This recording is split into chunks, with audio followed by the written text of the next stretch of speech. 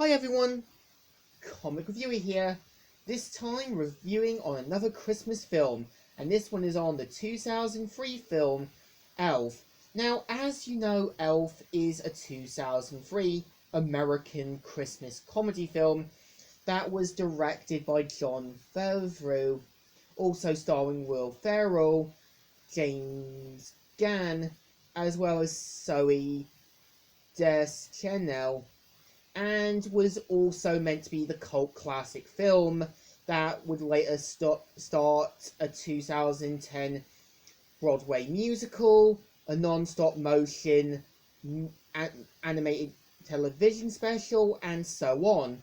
Now, I never watched the 2003 one properly, only watching bits and pieces, but when I finally sat down to watch it, I have a more neutral opinion about it.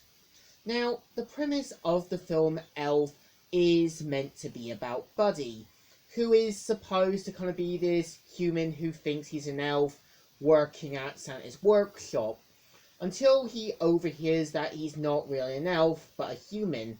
And after Popper Elf and Santa explain to him where he's really from, he journeys from the North Pole to New York to find his father, Walter. Now, Walter's character is that he's meant to be cold, distant, and trying to help a book company run by Mr. Greenway. And you can kind of tell Walter has kind of messed up on the sort of book printing.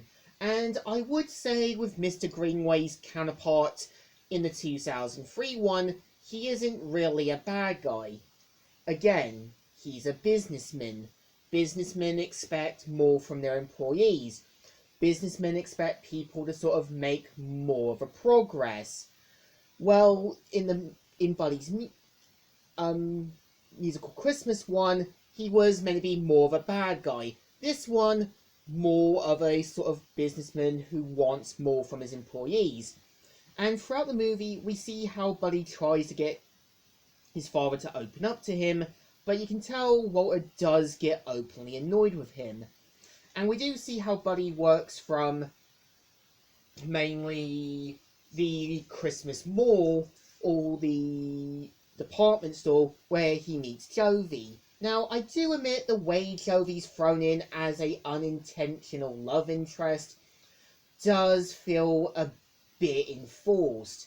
Again, I feel when you have a love interest, you want them to be a character that someone can relate to. When you kind of got Hinata with Naruto, it made sense. Their destinies were always intertwined. When you kind of got, say, like Liu Kang and also Katana, their relationship worked more. So throughout the movie, we see how, as well, how Buddy slowly moves in with the family, tries to get more to know them. Again, you can tell Walter's wife Emily does open up to Buddy and is thrilled about the idea of having another son. You can tell Michael's a bit more distant about it, but is still. But once Buddy opens up to him, he does let him enter his world, which does work. And throughout the movie, we also see we also see how Walter's meant to kind of realize family matters and him realizing what is really important. And we kind of see how Buddy plays a key role in helping Santa Claus near the end. So the movie, I would say, does come off as a bit of a hit and miss.